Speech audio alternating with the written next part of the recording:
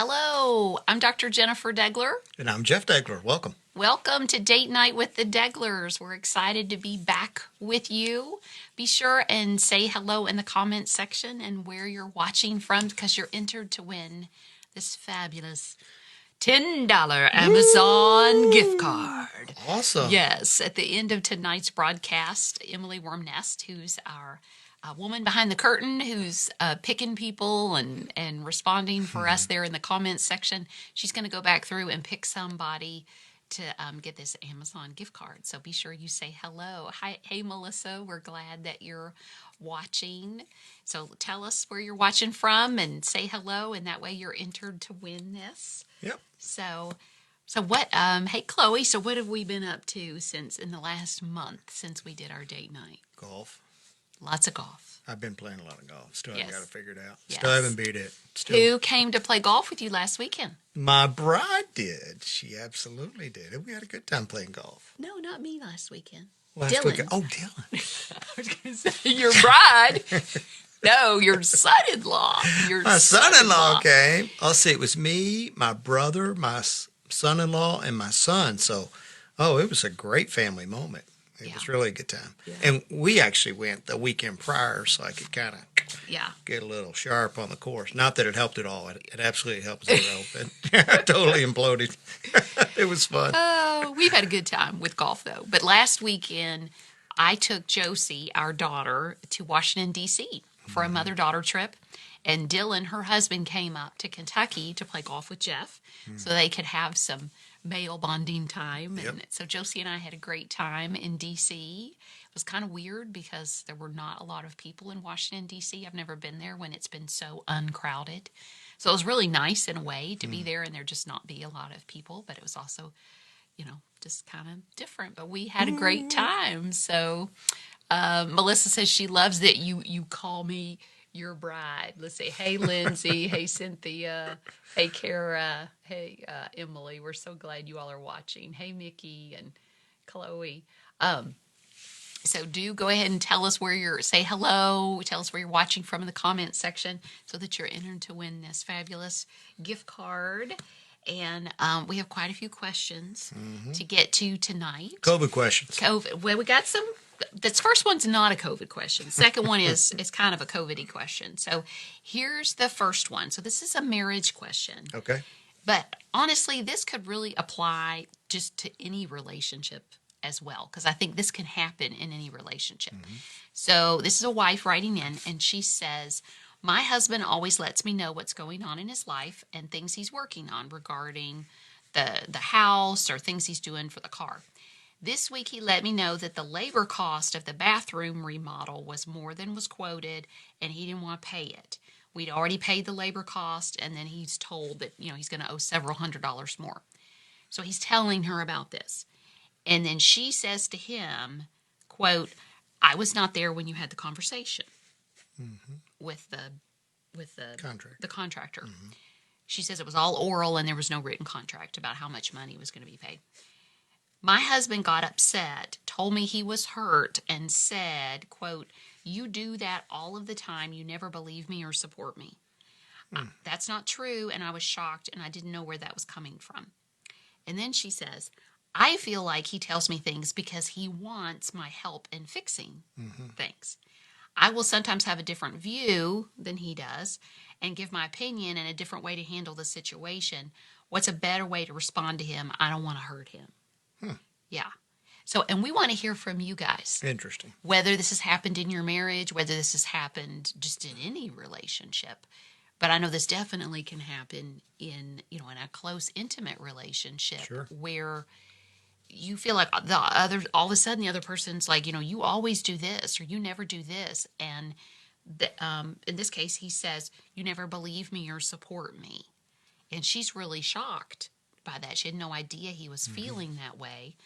So she's trying to help him, and meanwhile he's receiving that as feeling like she doesn't believe him or believe in him or support him. And so she's wondering, what do I do when I want to share? What do I do when they're sharing stuff with me and I think they want my help, but then I end up hurting them. So You got any? We want to hear if you all have any. Yeah, Chloe says, "Oh heck yeah, stuff like that has happened frequently." Solidarity, sister. Yeah, so Chloe can relate to this. Yeah, this happens in our Yeah. can happen. Yeah, and in our marriage as well. I mean, So I remember learning early on, you would come home from work and you would tell me about, things that were going on and, the things you saw, and I would contribute. And then, at some point you were honest with me. You said, look, I'm just sharing with you. I don't need for you to solve it. And then I'm like, oh, okay. So, I took the cue. I just need to be receptive and listen to what she's saying. She's not telling me because she has the credentials, how to work with people and what she sees and what diagnosis to be and what treatments to apply. I don't. So it doesn't really matter. I can't fix it. So Jennifer had to let me know, hey, I'm trying to just let you know how my day went. I don't necessarily need for you to solve it. We continue to, like I think Chloe said, all couples I think struggle with that. But I remember early on, you and I learning, hey, we just need to share and get some things off our chest. Doesn't mean that you need to figure it out. And it sounds like this particular husband, he felt like, he was sharing with his wife and she contributed. And then she said, I thought he wanted my help. But again, I think he probably just wanted a sympathetic ear. yeah, and it's so hard sometimes to know, like, what does my spouse need in that moment, and how are they hearing what I'm trying to offer them, and that and I think it's interesting too because his response is, you do that all of the time, you never believe me or support me. And so a lot of times we can begin to get these things, like these grievances against our spouse, like, you always do this or you never do this, and to think, you're thinking bad thoughts about me, or you're trying to control me, or you don't think I'm smart, or whatever it might be. And then once we believe that, then we start accumulating evidence of it. And then we stop seeing the things that prove that that's not true. So it becomes this self-fulfilling prophecy. So if I think you think I'm stupid, then I'm only going to see evidence of that. And I'm not going to see all the times that you're giving me feedback that you think I'm smart or capable or whatever. So it's so important that if you find, to do that heart check, and if you're realize, I'm hurt about something my spouse is doing or not doing, and I'm starting to kind of get, as Josie would say, kind of salty about it. That's what evidently the young people are saying now is salty. When the first time she said that to me, well, you don't have to get salty about it. I'm like, salty? What does that mean? But evidently, kind of bitter about it. Then that people are laughing at that. Yeah, I'm so hip and cool using the lingo of the young people. We need to. I'm responsible for my heart. This is a husband who's responsible for his heart, and I'm glad that he finally shared this with his bride.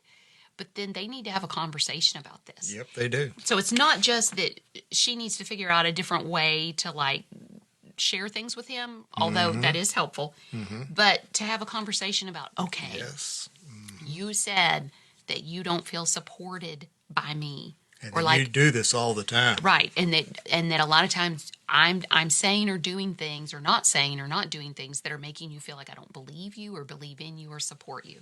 So let's talk about that. And how do you not get defensive? Yeah, because it's hard. It is hard To not feel attacked. So let me see what else people are saying here. Hey, Deidre. Hey, Lauren. Lauren says that's interesting. Yeah, I think it's interesting too what happens there.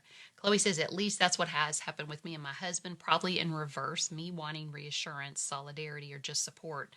If you know that going forward, you could always say, I'm sorry, hun, that's really frustrating. How can I help? Yeah, it really helps to give a clear job description. And say, I just want you to listen. Yeah. But sometimes you don't know what you want. You just know my spouse they just did not give me what I want. And it's hurting. And so it's important to go back and have that conversation. Hey, Kelly, let's see. Chloe also says, for us, when we have outbursts saying, you do such and such all the time, I usually haven't done a good job communicating my feelings. Those other times I felt that way, so it feels bigger. Yeah, that's a great point, Chloe. That it's building up. That bitterness is building up. Getting salty. Yeah, getting salty and getting bitter. So that's a big part of, long-term happiness in marriage is you're responsible for your heart towards your spouse and paying attention to that. And then coming to your spouse and saying, hey, I got to share with you, this is bothering me. This is hurting me. And so, and how do you receive that in a way where you're not defensive? You got any tips for not being defensive? No, I think, being willing to be vulnerable and have the conversation. And, the husband actually shared with his wife, but it was at a moment, when there was some tension between them, obviously. So it sounded like maybe they've never had this conversation. We had that conversation early on, and we continue to have conversations like that. We're good at talking about, things that bother us. That's where it all begins. But sometimes things do build up. I mean, we have a real marriage. And so in every marriage, sometimes you're just so busy living life and trying to work and maybe raise kids or do all the things that you have to do. And you just think, okay, that's bugging me. I'm going to talk to them sometime about that. And meanwhile, it builds up and it builds up. Yeah. But once it's happened, even if you're shocked by what your spouse has said, in that moment may not be the time to have the conversation, but then to come back and revisit it when you both are warm, fed, and dry and can say, okay, you shared that. Tell me more about that. And that's such a great phrase to use. Tell me more about that. Help me understand what you meant. Rather than, okay. Yeah, you always, and, you never, obviously there's a pattern there. So right. Let's get that out on the table. Yeah. And just listen. Sure. With an open heart. Yep. So, Sympathetic ear. A sympathetic ear. That compassionate curiosity where you really want to know. So that's what I would say to this wife who says, what's a better way to respond to him? I do think it sounds like that she thinks he's telling her things because he wants her help. And she needs to say, is that true? Do you really want my help? Or when you're sharing these things with me, would you rather me just say, that really stinks. What a bummer that, you worked so hard on this project and thought you had a firm price. And now they're saying, that just really stinks. I can't believe that contractor did that to you. Yeah. Because a lot of times that's what you want, is you want a soft place to fall. You don't always want somebody to put their fireman's hat on and to put the fire out. Yeah. I'm good at that, people. Yeah, I know. And if you earn your living, a lot of us earn our living doing that, so it's hard not to do that, to put your fireman's hat on and try and present a PowerPoint on what your spouse should do. So, hey, Rebecca. Hey, Kelly. We're glad that you're watching. Okay, so we want to give something away? Sure. All right. So how about we give away, since we're talking about home remodeling. Woo! This could help that bride. That's right. You could go for supplies for your little home projects. Now, it is $5 worth of supplies. This is a $5 gift card, but it is a gift card to Home Depot. Yeah. And who doesn't have something that they could buy? I love Home Depot. Or as Rick Landon likes to say, Home Depot. Home Depot. I don't know if that's the way. He's from Oklahoma, but he says Home Depot. So let's see. How about you all start posting about if there was a home improvement project that would guarantee that you and your spouse, or you and your kids, or you and somebody else would probably get in an argument. What would it be? Like, what is that thing? Is it hanging wallpaper? Is it painting? Is it laying tile? Man, I hear from reading the yard paper, work? home projects are going through the roof. That's one of the things that's doing really well in COVID days. Yeah. So you all start posting, and then Emily will pick somebody. What's the kind of home improvement project that is guaranteed to be so stressful that you are likely to get in what I like to call an intense moment of fellowship? Been there. So let us know. Let's see. Chloe says picking a color for anything. Kara says anything plumbing. Amen. Didn't we talk about plumbing last time awful. on the last date night with the Deglers? Plumbers, bless them. Yes, plumbing Can't imagine. is so stressful. Anything to do with water. Anything that leaks. Yes. So you all just keep posting what is the type of home improvement project that would be stressful. Deidre says replacing the flooring in our hallway that the plumbers jackhammered. Oh my goodness. That sounds terrible. Audrey says moving furniture around the house. Oh, Audrey, I hope you do the thing where you tell him to move it here and then you don't like it. And then you say move it here and then you say move it there because they really enjoy that. Yeah. Let's see. Melissa says she loves the comment compassionate curiosity trying to implement this. Just organization, any kind of organization is something that they can get in an argument about. Okay, so Emily's going to pick somebody here in a minute to give this away to. And then let's go ahead and read our next. Let's see. Oh, she picked Audrey Grina. Audrey. I'm not sure how it could be. It could be, how do you think you say her last name? Well, just spell it. Grnya. Grina. I'm not even going to try to embarrass myself. Audrey, I think you're the only Audrey watching. So Audrey, message us mailing address, private message us your mailing address, and say that you won the Home Depot gift card, and I'll get it in the mail to you. So, let's see a couple more. Hey, Tara. So Rebecca says picking colors to paint any room in the house, picking window treatments for any room in the house, deciding where to hang photos. So, or what photo? Yeah, Audrey, how's it? That's you. You're the one, Audrey, that won this. So, okay. Congratulations, so here's our next question. Okay. How do we cultivate intimacy when my husband goes back to traveling 3 to 5 days a week? He traveled before COVID and it was tough. Now that we've been home together for these past few months, we have loved it. Do you have any suggestions for continuing to cultivate intimacy when we're apart? So can I just say, I'm just so happy that there is a couple that have actually enjoyed all this extra time together. Yeah. Because I will confess, I have been telling you got to go back to work. I just got to have the house to myself. So you got to go back to work. That's the introvert in you. Yes, the introverted me needs a little time to myself. But, when that's been your marriage, that one of you travels and is gone sometimes the entire week, and you've just not had a chance to cultivate emotional intimacy and sexual intimacy. And now you're home. You're like a regular couple getting to be together. So what can you do? Because evidently his job will be such that he's got to go back to traveling. I'd say, dude, get another job. That's what I would say. Well, that's an option. That's maybe an option. But, maybe if this is the only thing they've ever known, that they've never known that, hey, I hear other people live a different kind of lifestyle, and now they live, quote unquote, more of a normal lifestyle where he's home, and they're like, oh, this is great. Yeah. So I'm like, I don't know. Yeah. Maybe make a change. Or, but if he does go back, and they're back to traveling, this is actually a question that I get a lot. Because what will happen is when, the longer a man goes without sex, the more, usually he's interested in sex. And so there's this, the buildup of the testosterone. And so by the time he gets home, he's like, Daddy's home. Woohoo! Let's get at it.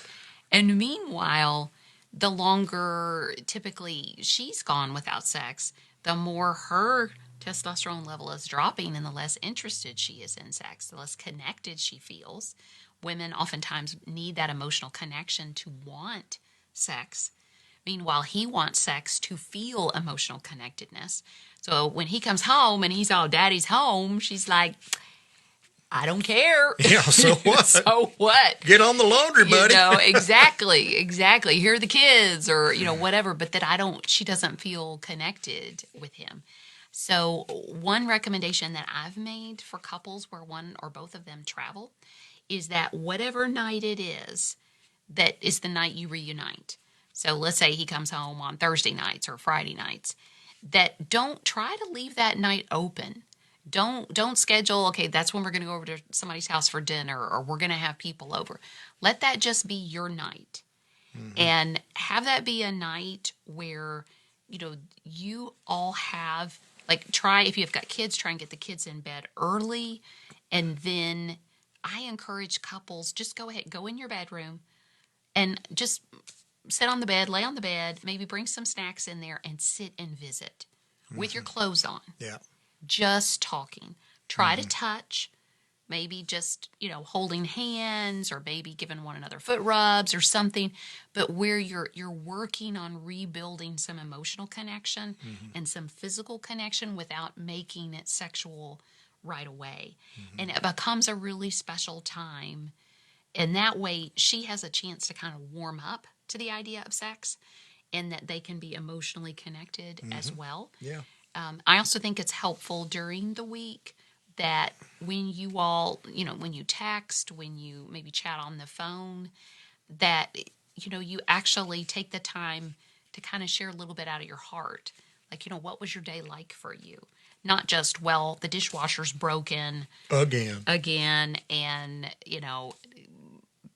Billy flushed the comb down the toilet, but to actually talk out of your hearts so that you stay connected that way. Yeah. And you can make it work, but if you try and just like be exactly like couples who are together 7 days a week, it's not going to work because you're not like a normal couple. So we have to be intentional about thinking that our life is going to look different and our way of reconnecting is going to look different. And we're going to need to be very intentional about that and protect that. Otherwise, it may be Sunday night before she feels connected to him and he's leaving Monday morning. Yeah. Yeah. So you got any other suggestions? No, I think that's a great idea to, set aside some time. And, in this example, it sounds like you traveled. In your example, where maybe both of them are traveling, that's really tough. Two different schedules trying to figure that out. It's really challenging. Yeah. Yeah. And I think the tendency can be, like, particularly if you feel like, okay, I've been holding down the home front, and then when you come home, I want you just to take over. Like, you do the kids, you do everything because I'm so exhausted. That, again, that's not going to help you all feel like a team. So it's really thinking about the most important thing that needs to happen here. It's not that the laundry gets done or the lawn gets mowed. The most important thing that's going to happen in those first few hours that you're home is that we get a chance to reconnect. Because there'll always be laundry and the grass will always keep growing. Yeah. So, yeah. Yep, it does. So let's see if do y'all have any suggestions here? Hey, Megan. Hey, Felicia. Hey, Hallie. Kara says make sure they're talking every night. Yeah, Kara, that's what we're saying. So when you have that check-in, and that it's not just let me tell you everything that went wrong with my day, although sometimes that is what we need to share, but as well that you're being an emotional support to one another.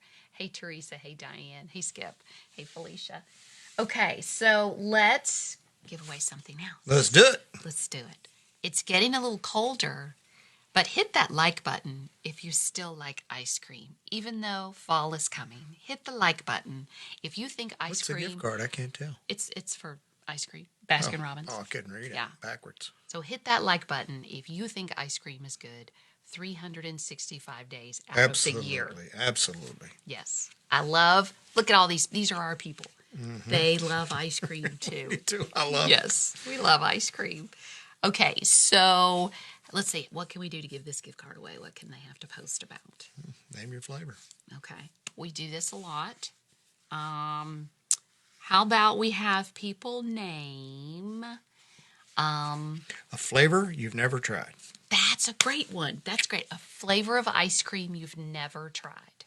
Okay? So you all start posting a flavor of ice cream that you've never tried, and then Emily's going to pick somebody to win this gift card.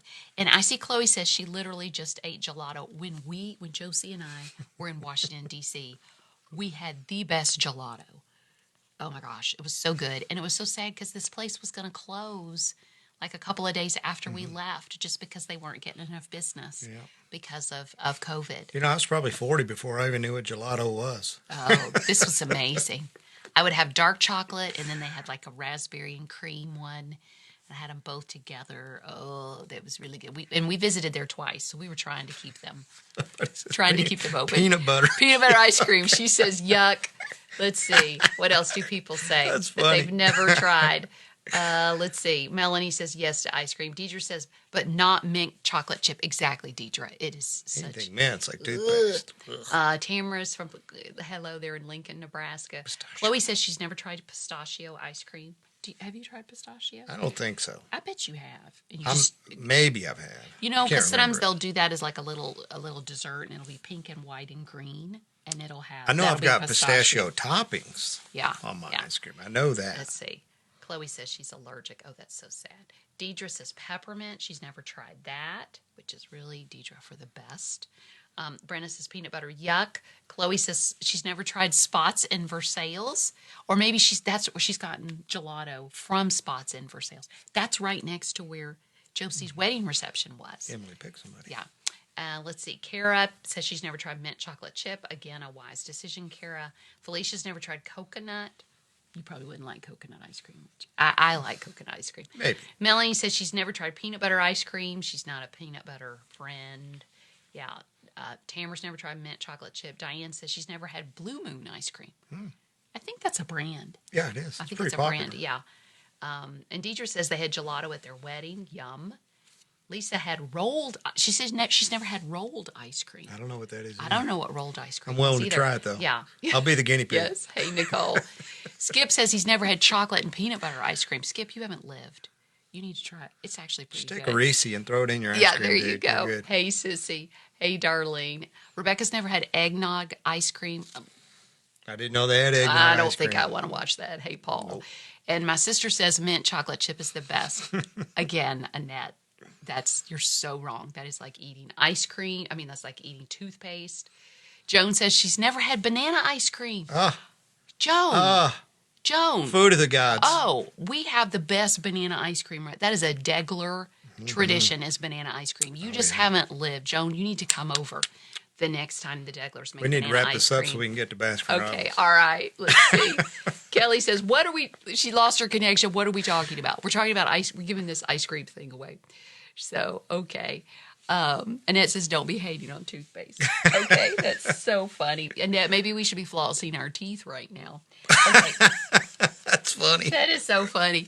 Okay, so Chloe, you have won the ice cream card. Woo! Chloe Carnes. So Chloe, if you will message us your mailing address and say that you won the Baskin Robbins gift card, I will put this in the mail to you. Although I think Chloe may have said she's allergic to ice cream. Well, you better do it quickly. 'Cause Yeah. we might use it tonight. Yes. So anyway, we'll get this to you. Surely somebody in your family could use a Baskin Robbins gift card, Chloe.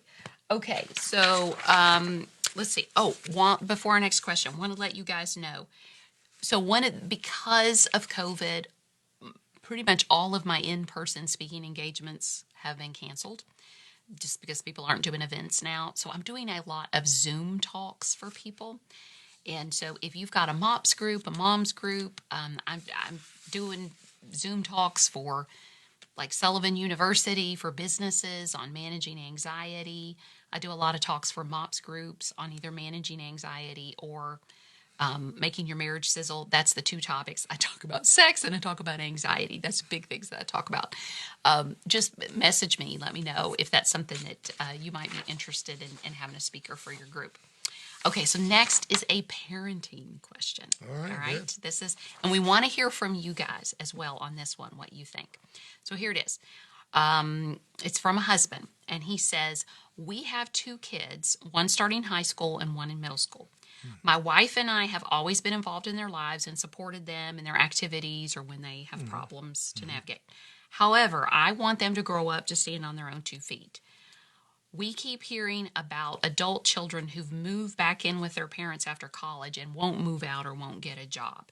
I'm concerned that my wife does too much or thinks too much for our kids, but she's afraid they will feel unloved if we expect more out of them. I don't mean chores, I mean expecting things like that they will at least try to handle some of their own problems." So, what do you guys think about, he's saying he really wants his kids to grow up to be able to stand on their own 2 feet. Yep. And he's kind of concerned, like, their kids have been younger, and now their kids are getting older, and they're having to transition, make that transition. Well, certainly the one in high school, probably not the one in Right. middle school. So, and that even makes it more of a delicate thing. So when you got, 3 or 4 years between your kids and you got one that's older, that probably the husband's approach, I would think, you need to be teaching them to be a little bit more autonomous and stand on your own 2 feet. Or, the younger one, you're still probably packing lunches and, paying all their bills, and, they don't think a thing about it. They probably don't have a job or anything. So, it's really different. And obviously those kids, I guarantee you, they're watching everything mom and dad's doing. So, that's a delicate balance. Yeah. But we all know somebody in this situation. And it's happening more and more. Yes. You all hit that thumbs up like button if you are seeing this more and more, that young people today, even, does it bother you all when people call it adulting? Like they'll do like hashtag adulting, and like adulting is hard. Have you seen that? No. Like that's what young people now are calling just being an adult, adulting. Like it's so hard. I'm pretty salty about it, though. Yeah. Yeah, I'm seeing some thumbs up there.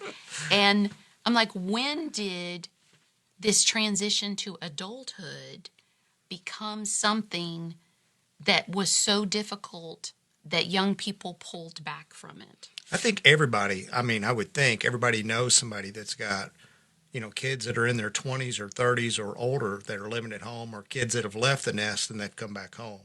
So I don't think this particular couple that's writing in, I don't think that's unique. I think there's a lot of this going on. And reading the paper, it seems like in the COVID times and with the economy, struggling somewhat, that, Right. you're seeing more of this. And there are times when this is a good solution.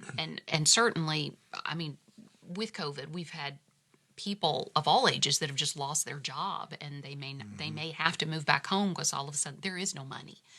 And they can't, but we're talking about just like this pattern where this isn't a temporary thing. This is where somebody has just decided, I don't want to grow up. I don't want to stand on my own 2 feet. And so what I think this husband is asking, what can we do now when they're in middle school, when they're in high school, so that they gradually do transition to standing on their own 2 feet. And I appreciate this idea of, if he's like, I think my wife, she's almost thinking too much for them. Yeah. And I'm reminded of one time I read, it was a dean of students for a college, and he was talking about how parents over the 20 or 30 years that he had been a dean of students, that parents now, like it used to be, you would help your kid move in and then you'd leave. But that now parents want to stay like a day, 2 days after they've moved their kids into college. They just really have a hard time letting go of their kids.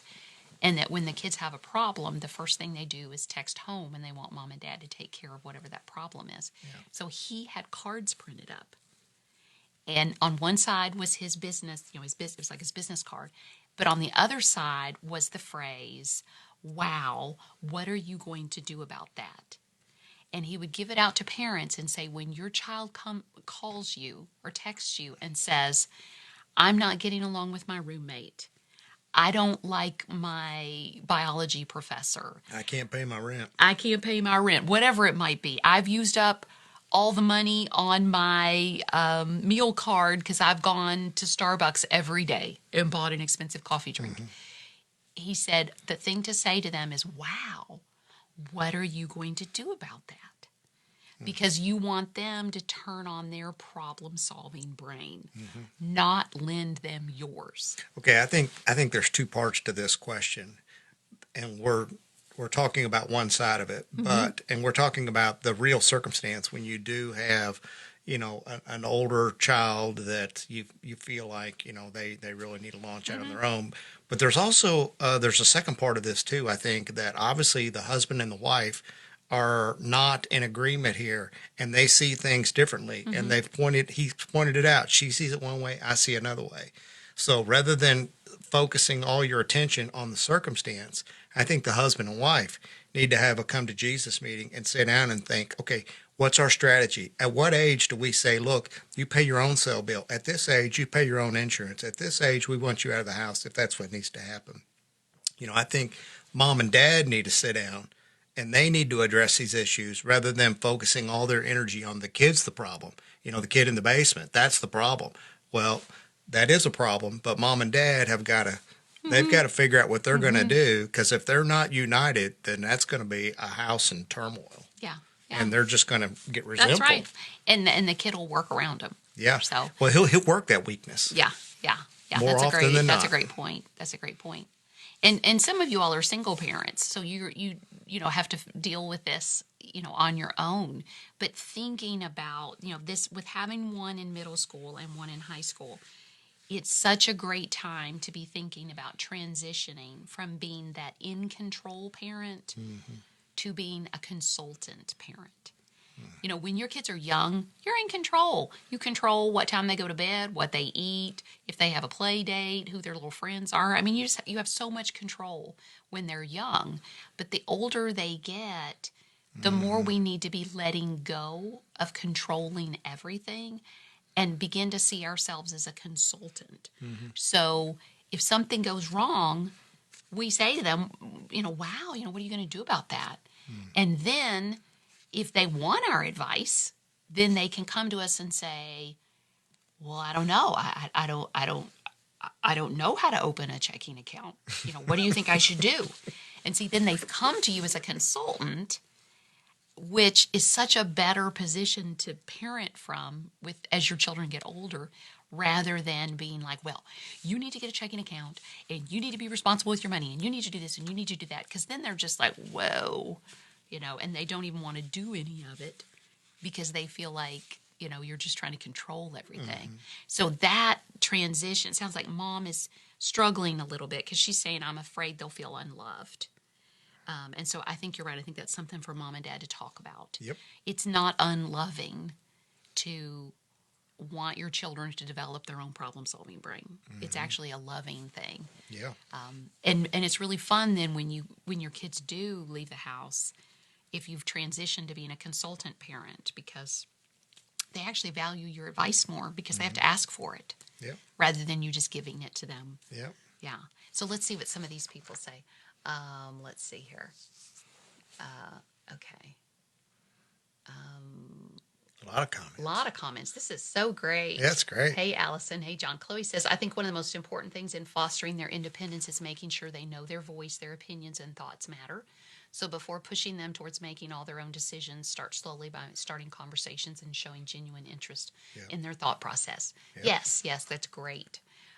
Lisa says, don't buy them a car. You rob them of so much. Let them work for it. They will feel so good about themselves eventually. Yes. Listen, working for your own money, such a good thing. I agree.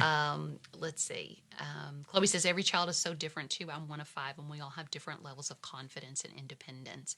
I think that's a great point. There is no one size fits all way of parenting. Nope. And so realizing, every child needs something a little bit different. And so fair is not equal. Fair is when everybody gets what they need. Okay, Rebecca says, it's even harder when you have a special needs child that has autism or ADHD or anxiety, daughter, but will be 16 at the end of the month. It is hard, Rebecca. I hope you're getting support and finding other parents that you can talk to about that in that process. Maybe an older parent who's already been through this and who can encourage you, because it does look different. I know we've talked before about Jake having ADHD and learning disabilities. And so, parenting him through certain situations, the way he applied for college and the way Josie applied for college was very different because they were in very different places. And so the amount of shepherding that we had to do was different for that child. Yeah, that's a good point. But always trying to think, okay, I need to,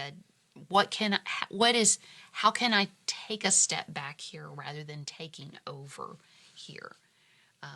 Let's see. Finding that balance is so. Yeah. I think that's what the husband's saying. I think he feels like they're out of balance Right. and he wants to get in balance. Right. Let's see. Lauren says it's so common But I always do. But always do what you feel is best for your child. Allow them to structure their lives for themselves too. Support is one thing, but a crutch is another. Just find a balance. The Bible tells us to train up a child, give them solid foundation to stand on their own. Yeah, I like that, Lauren, that you point out that we're training them up to grow up and to stand up And get out. and get out. Get out. Yes. Get the dynamite. Yes. Hello, Angela. Let's see. Kara says, the kids need to be able to stand on their own 2 feet. Maybe they won't feel your love now, but they will appreciate and love you later when they can handle their own problems. Yeah, Kara, that's how, that's truly what makes us feel competent is when we have faced situations and found, okay, I can navigate this. If mom and dad are already competent and really good problem solvers, it doesn't help the child to become a good problem solver if the child never gets to solve a problem because mom and dad are always going ahead and being that, that snowplow that just plows all the problems out of the way. Yeah. So, yeah. Let's see. Hey, Joy. Hey, Nancy. Hey, Tiffany and Beth. Let's see.